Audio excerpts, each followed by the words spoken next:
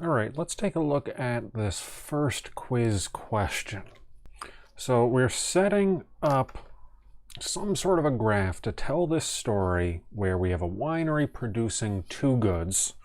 So immediately we should be thinking something like a PPF. Let's go make it plenty big. Bigger graphs are easier to work with. So we'll say we've got red wine and we've got white wine.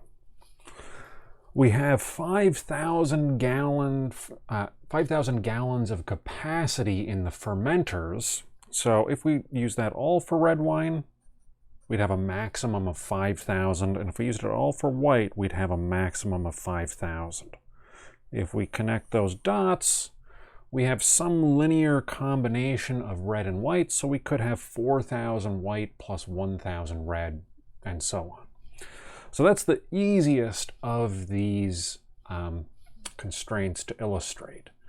Now, we also need to think about the labor hours. Let's see, I believe actually, oh, here we go. 1 hour of labor. For a second, I thought that I had forgotten to transpose the full question from the old paper version of this quiz to the online version. So each 10 gallons of red or white costs some amount of money to buy the grapes plus 1 hour of labor. So given 10,000 hours of labor, we could do 10,000 times 10 or 100,000 gallons of either. So our labor constraint, that's way out here. And that's also got this -1 slope. It's the same slope as we've got for the fermenter space because it takes the same amount of time to make either one. So that constraint turns out to be a non-binding constraint. We've got more than enough time to make this stuff. Much more important would be adding fermenter capacity. If you are being brought in to consult for this winery, your first thing to tell them is, look, you've got a lot of workers here. What you need is more fermenter space. Now let's think about how we can use this budget. So 200,000, let's divide that by 50 first. That'll be a little bit easier.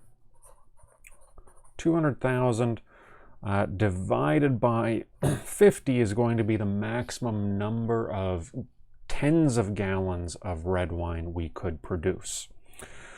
So let me actually not say 200K. Let's use all the zeros because that's just going to make my life a little easier. So that's 20,000 divided by 5, which gives us 4,000 is our maximum capacity for red.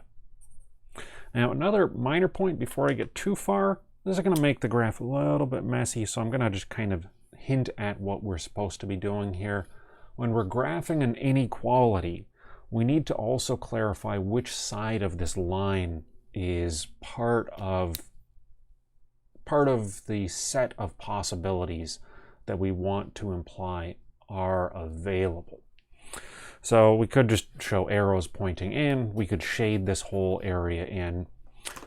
For question 3 on this quiz, I was looking for that shading in to get the full points. All right, in any case, 4,000 is our capacity here. For the white wine, let's just do a little bit of sloppy math for a second. 3 goes into 21 evenly. So let's just pretend for a second like we had $210,000 budget. That would tell us we would have 7,000 gallons of white wine we could produce.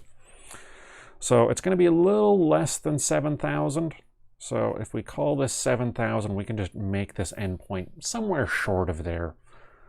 And we can calculate the specific answer in just a second.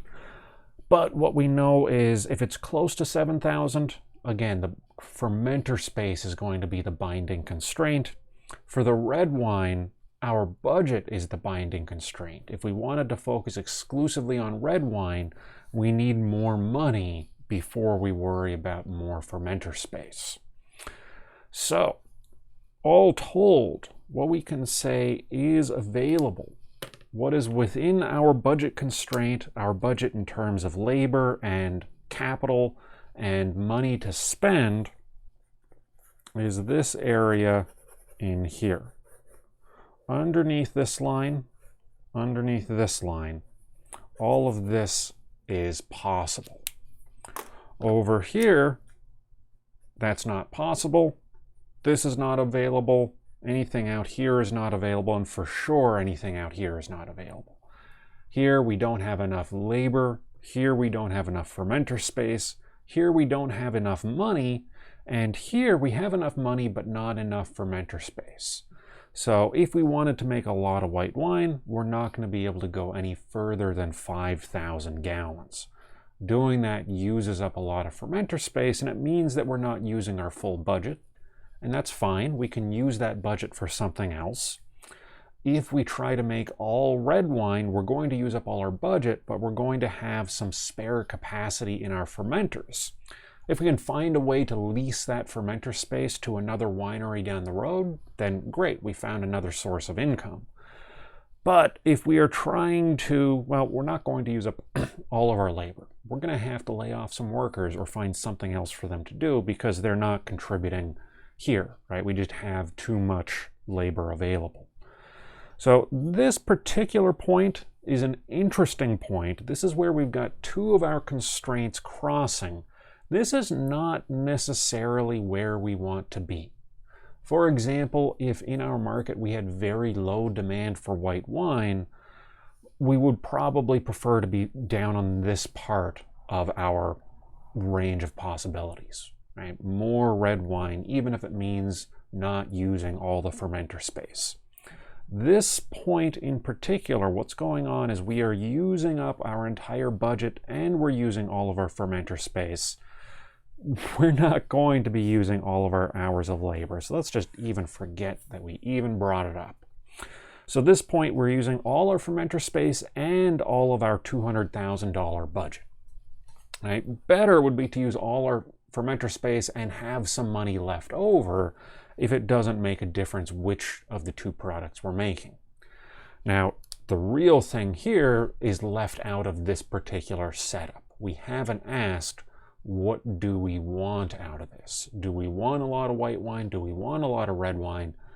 But that's an entirely different question. For this question, we've got our labor constraint, which is way out there, our fermenter constraint, and then our budget constraint on top of that, and that leaves this green area as what is possible.